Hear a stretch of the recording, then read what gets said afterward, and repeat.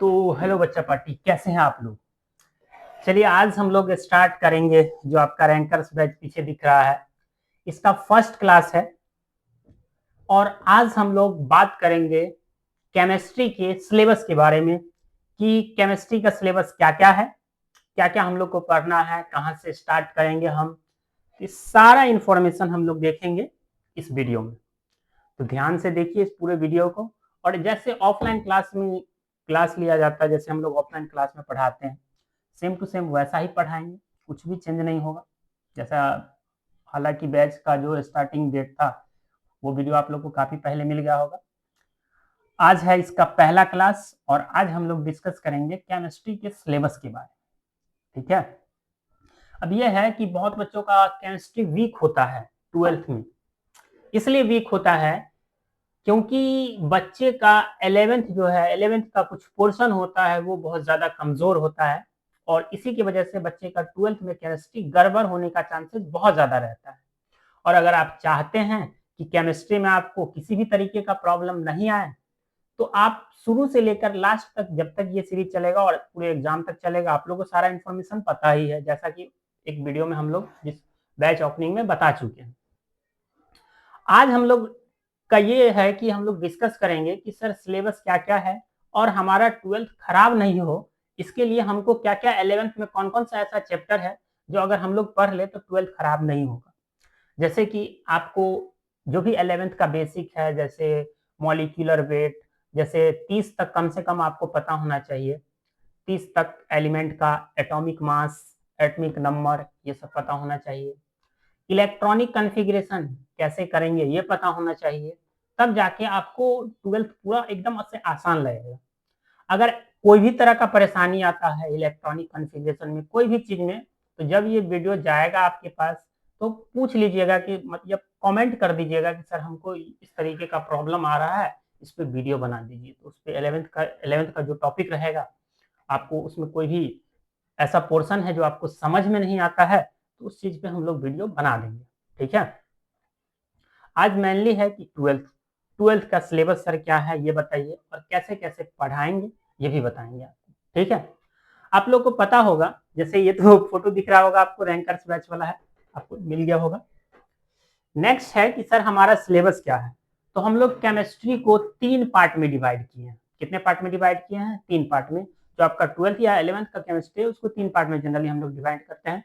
कौन कौन सा है? तो जो केमिस्ट्री का सिलेबस है आपका 3 पोर्शन में। 1 मिनट भाई, लिखने वाला तो आ जाओ। हाँ, केमिस्ट्री का सिलेबस का कितना पोर्शन है? तो सर 3 पोर्शन है। ध्यान से देखिएगा, एकदम बढ़िया फील आएगा आप लोग। तो ये जो केमिस्ट्री है इसको सर कितने पार्ट में आप डिवाइड किए हैं? 3 पार्ट में। ठीक है। एक पार्ट है इसका फिजिकल। कौन सा है सर? फिजिकल। फिजिकल केमिस्ट्री है ना। एक पार्ट कौन सा है? फिजिकल केमिस्ट्री, आप लोगों को पता ही होगा। एक पार्ट कौन सा है? Physical chemistry. Okay. Next one है इसका inorganic chemistry. Inorganic chemistry. Next है इनऑर्गेनिक केमिस्ट्री। और नेक्स्ट है आपका एक ऑर्गेनिक केमिस्ट्री। कौन कौन सा है? Organic chemistry. केमिस्ट्री दिख रहा होगा आप लोग। अच्छा, साइड में नहीं दिख रहा है तो हम हट जाते हैं। चलिए, दिख गया। तो ये क्या है? Organic chemistry. तो हम लोग देख लिए कि केमिस्ट्री का कितना ब्रांच है जो हम लोग को डिस्कस करना है। फिजिकल, इनऑर्गेनिक और ऑर्गेनिक। अब देखते हैं कि हमको कौन कौन सा चैप्टर फिजिकल में पढ़ना है, इनऑर्गेनिक में पढ़ना है, या ऑर्गेनिक में कौन कौन सा पढ़ना है। तो आप लोग जो है एक बढ़िया सा नई का सुंदर कॉपी बना लीजिएगा और उसमें प्रॉपर लिखते हुए चलिएगा, ताकि जो आपका लास्ट टाइम आएगा उसमें रिवाइज करने में आपको एकदम आसानी हो। तो चलिए हम लोग देखते हैं कि सर फिजिकल के अंदर कौन कौन सा चैप्टर है ये बताइए आप। तो हम लोग बात कर रहे हैं जो पहला चैप्टर है आपका। पहला चैप्टर अगर हम लोग देखेंगे तो वो है सॉलिड स्टेट। पहला चैप्टर आपका क्या है? Solid state. अब बहुत सारे बच्चे बोलेंगे कि सर सॉलिड स्टेट चैप्टर तो केमिस्ट्री की बुक में नहीं है जो अभी नया वाला आ रहा। हाँ बच्चा, ये नया वाला बुक जो है वो नीट के सिलेबस के अकॉर्डिंग सॉलिड स्टेट नहीं है। तो एनसीईआरटी जो है सॉलिड स्टेट चैप्टर को डिलीट कर दिया है। लेकिन बिहार बोर्ड में जो अभी एग्जाम हुआ है आप लोग का, इसमें भी क्वेश्चन था सॉलिड स्टेट से। तो ये चैप्टर हम लोग को पढ़ना ही है। भले एनसीईआरटी से डिलीट कर दिया गया है, लेकिन हम इस चैप्टर को पढ़ाएंगे और आप लोग को पढ़ना पड़ेगा ही, क्योंकि एग्जाम में यहाँ से क्वेश्चन आता ही है। तो पहला चैप्टर हो गया सॉलिड स्टेट की। सर सॉलिड स्टेट में क्या पढ़ेंगे? तो हम लोग जानते हैं कि फिजिकल बेसिस के आधार पे, है ना, भौतिक आधार पे मैटर को, जो पदार्थ है आपका, उसको हम लोग 3 पार्ट में क्लासीफाई करते हैं। कितने पार्ट में क्लासीफाई करते हैं? 3। आप लोग पढ़े होंगे solid, liquid and gas. Gas के बारे में 11th में ही एक चैप्टर है जिसमें हम लोग डिस्कस करते हैं, जिसका नाम था स्टेट ऑफ मैटर। तो वहां पे हम लोग गैस के बारे में पढ़ते हैं, जैसे बॉयल्स लॉ, चार्ल्स लॉ, ये सब पढ़े होंगे, एवोगैड्रोस लॉ। तो उसका डिस्कशन कहाँ होता है? स्टेट ऑफ मैटर 11th के चैप्टर में। ठीक है, यहाँ पे हम लोग डिस्कस करेंगे जो मैटर का फर्स्ट स्टेट है, सॉलिड स्टेट के बारे में, कि सॉलिड का कैरेक्टर क्या होता है, क्रिस्टल क्या होता है, यूनिट सेल क्या होता है, फेस सेंटर यूनिट सेल क्या होता है, बॉडी सेंटर यूनिट सेल क्या होता है, पैकिंग फ्रैक्शन क्या होता है। ठीक है, डिफेक्ट के बारे में बात करेंगे कि सॉलिड के अंदर कौन कौन सा डिफेक्ट हो सकता है, फिर डिफेक्ट अराइज क्यों होता है। इस सब की जानकारी आपको मिलेगी सॉलिड स्टेट चैप्टर में। ठीक है, तो सॉलिड स्टेट है केमिस्ट्री का फर्स्ट चैप्टर। चलिए नेक्स्ट है केमिस्ट्री का सेकंड चैप्टर है, और इसका नाम है सॉल्यूशन। सॉल्यूशन दूसरा चैप्टर क्या है? सॉल्यूशन। तो सॉल्यूशन में बहुत सारा टॉपिक है, जैसे इसमें हमको पढ़ना है, जहां से न्यूमेरिकल भी आएगा, कॉन्सेंट्रेशन टर्म, जैसे आप लोग पढ़े होंगे मोलैरिटी, है ना, मोलैरिटी का एक छोटा भाई होता है molality, mole fraction, normality, formality. ठीक है, फिर इसी में हम लोग पढ़ेंगे कि सर कॉलिगेटिव प्रॉपर्टी के बारे में। तो ये सब नया लग रहा होगा आप लोगों को, क्योंकि कभी पढ़े नहीं है, तो इस सब के बारे में पढ़ेंगे। अब जैसे बताइए कि कोई फिल्म आने वाला रहता है तो उसका ट्रेलर लॉन्च होता है ना, तो समझिए कि आज केमिस्ट्री का ट्रेलर को लॉन्च कर रहे हैं, और ये पूरा कंप्लीट होगा तब आपको जाके फील होगा कि हाँ सर ये हमारे सिलेबस में है। क्योंकि बच्चा को ये जानना ही चाहिए कि हमारे सिलेबस के अंदर क्या क्या है, क्या क्या हमको पढ़ना है। तो बहुत सारे कुछ होते हैं टीचर्स जो बच्चा को सिलेबस भी नहीं बताते, और कुछ सिलेबस तो ऐसे ही घप कर देता, पढ़ाई भी नहीं करता है। तो ये है कि आपको पहले ये जानना है कि हमारा सिलेबस क्या है, और सिलेबस के अंदर हमको पढ़ना क्या क्या है। तो हर कुछ पढ़ना है, और बिहार बोर्ड का जो नया पैटर्न है क्वेश्चन पूछने का, यह पुराना वाला ट्रेंड खत्म हो गया। हर एक टॉपिक से क्वेश्चन और अलग तरीके से थोड़ा सा कंसेप्चुअल बना करके पूछा जाता है। तो इसलिए हमको को पूरा कॉन्सेप्चुअल तरीके से पहले तो सिलेबस जानना है, और फिर जैसे जैसे क्लास आपका आगे बढ़ता जाएगा तो उसमें हम लोग डिस्कस करेंगे कि एक्चुअल में पढ़ना क्या है। आज हम लोग बात करेंगे जनरली सिलेबस। तो बढ़िया से देखिए कि हमारे सिलेबस के अंदर क्या क्या है।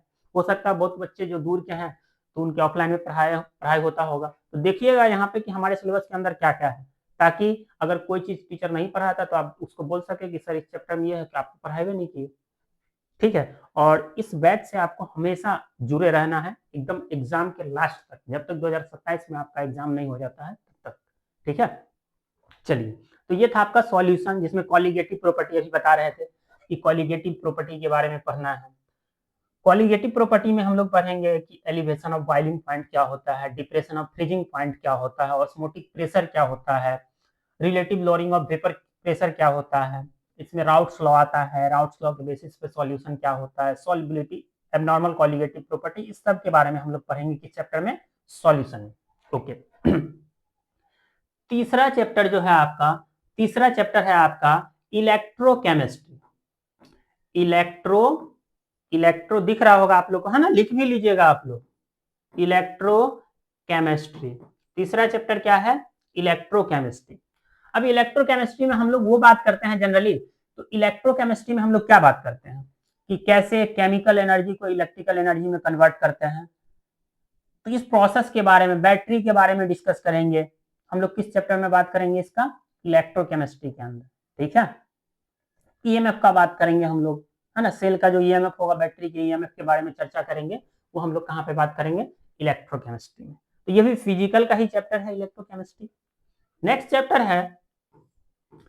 चैप्टर है आपका केमिकल काइनेटिक्स। नेक्स्ट चैप्टर क्या है आपका? Chemical kinetics.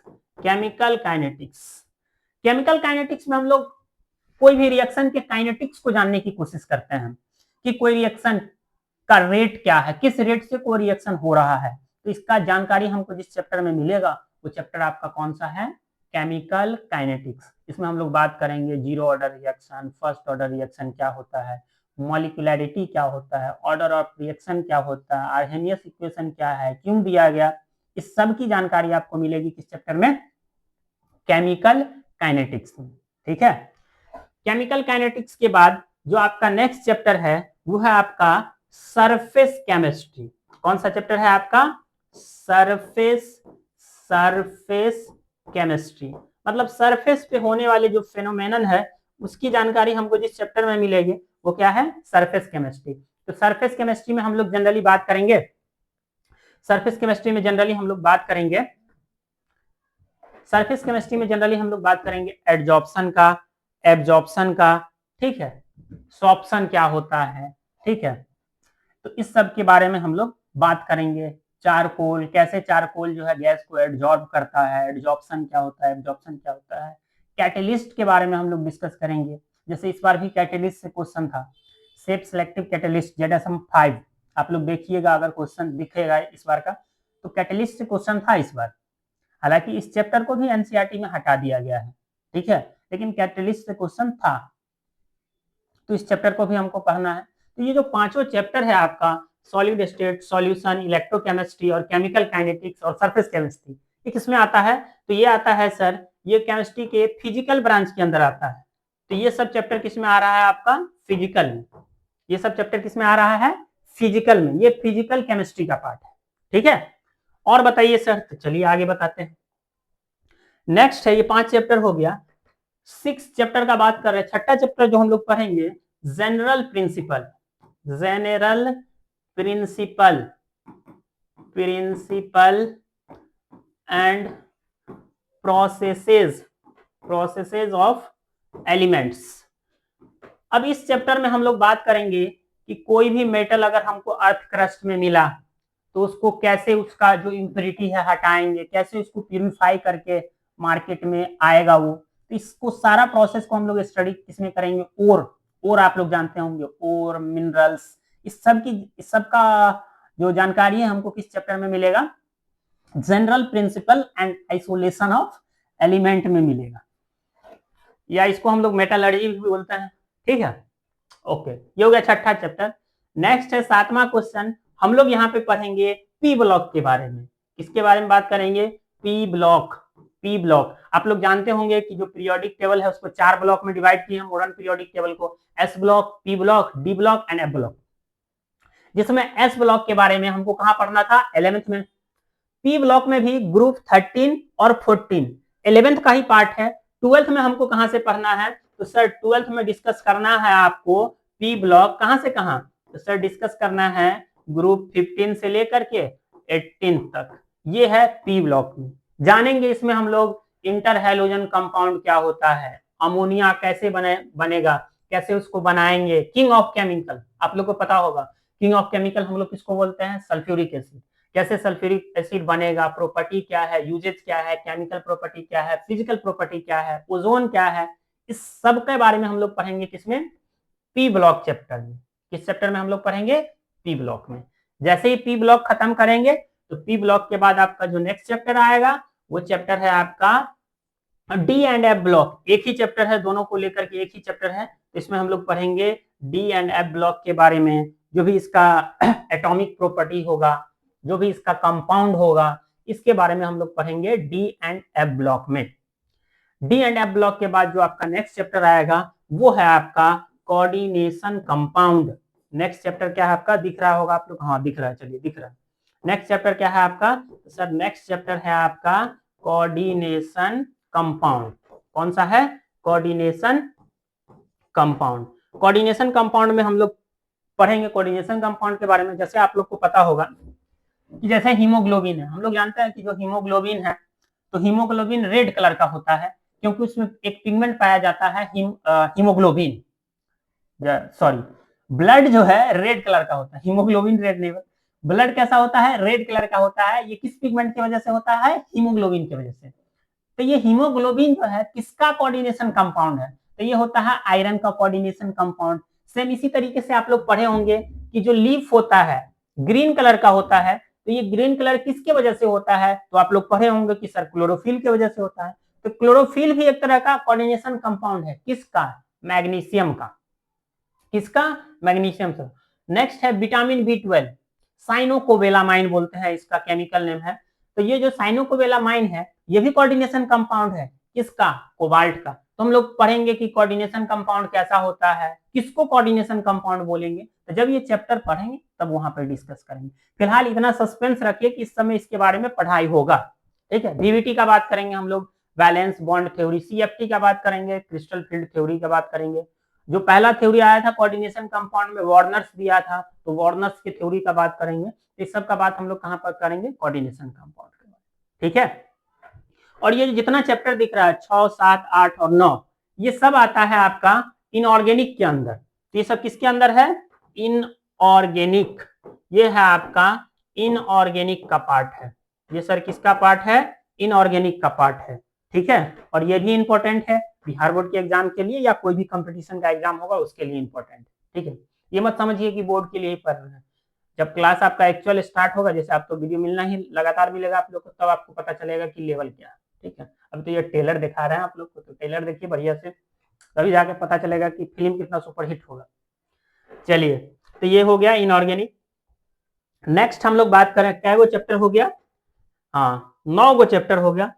नेक्स्ट है हम लोग 10वां चैप्टर है आपका, सेकेंड पार्ट में मिलेगा। जैसे केमिस्ट्री में 2 गो पार्ट है, पार्ट 1 एंड पार्ट 2, तो ये पार्ट 2 में मिलेगा। जैसे पहला चैप्टर है आपका halo alkane, halo alkane, halo alkane and hello arene, halo alkane and hello arene, ये पहला चैप्टर है, ठीक है। तो ऑर्गेनिक का पहला चैप्टर है halo alkane and hello arene. Next chapter क्या है? तो सर नेक्स्ट चैप्टर है आपका alcohol, alcohol, phenol, alcohol, phenol, अरे भाई कौन सी लिखा गया, alcohol, phenol and ether. Next chapter क्या है? Alcohol, phenol and ether. Alcohol के बारे में पढ़ेंगे, फेनॉल आप लोग को पता ही है, बेंजीन के ऊपर OH लगा दिए तो क्या है? फेनॉल। ईथर के बारे में पढ़ेंगे, पढ़े होंगे आप लोग 11th में, इस सबसे मुलाकात हुआ होगा आप लोग को। फिर नेक्स्ट है आपका aldehyde, aldehyde, aldehyde, ketone, ketone, aldehyde, ketone and carboxylic acid. Next chapter क्या है? Aldehyde, ketone and carboxylic acid. ये हो गया चैप्टर नंबर 12, जिसमें हम लोग को एल्डिहाइड, कीटोन और कार्बोक्सिलिक एसिड का जो भी प्रॉपर्टी है, यूजेज है, कैसे बनता है, नहीं बनता है, इस सब की जानकारी हमको इस चैप्टर में मिलेगा, ठीक है। 13 नंबर का चैप्टर है एक एमीन। नेक्स्ट चैप्टर क्या है? एमीन के बारे में चर्चा करेंगे हम लोग, ठीक है। तो ये हो गया 13 चैप्टर। नेक्स्ट हम लोग बात करते हैं, चैप्टर नंबर है आपका 14। तो 14 जो चैप्टर है आपका, ये है आपका बायोमोलिक्यूल्स। अगर कोई बायो वाले बच्चे हैं तो बायोमोलिक्यूल्स पढ़े होंगे 11th के बायोलॉजी में, और ये 12th के केमिस्ट्री में भी ये चैप्टर है ऑर्गेनिक के अंदर, बायोमोलिक्यूल्स, जिसमें हम लोग को पढ़ना है कार्बोहाइड्रेट। जैसे बायो वाले बच्चे को पता होगा कार्बोहाइड्रेट पढ़ना है, प्रोटीन पढ़ना है, एमिनो एसिड पढ़ना है, एंजाइम के बारे में पढ़ना है, विटामिन के बारे में पढ़ना है। तो इस सब का जो भी होगा इसको हम लोग किस चैप्टर में पढ़ेंगे? बायोमोलिक्यूल्स में, ठीक है। और थोड़ा सा हम लोग और पढ़ लेते हैं बायोमोलिक्यूल्स के अंदर ही डीएनए के बारे में, आरएनए के बारे में, ठीक है। चलिए, जैसे ही बायोमोलिक्यूल्स ओवर होगा, नेक्स्ट चैप्टर स्टार्ट करेंगे हम लोग पॉलीमर। कौन सा? पॉलीमर। जैसे हम लोग इसमें पढ़ेंगे पॉलीथीन, पॉलीथीन कैसे बनता है, हाई डेंसिटी पॉलीथीन क्या होता है, लो डेंसिटी पॉलीथीन क्या होता है, पॉलिस्टर क्या होता है, पॉलीअमाइड क्या होता है, टेफ्लॉन क्या है, पीवीसी क्या है, इस सब का जानकारी आपको मिलेगा इस चैप्टर में, पॉलीमर में, ठीक है। नेक्स्ट चैप्टर है, लास्ट चैप्टर है ये केमिस्ट्री का, और इस चैप्टर का नाम है chemistry in everyday life, chemistry in everyday life, chemistry in everyday life.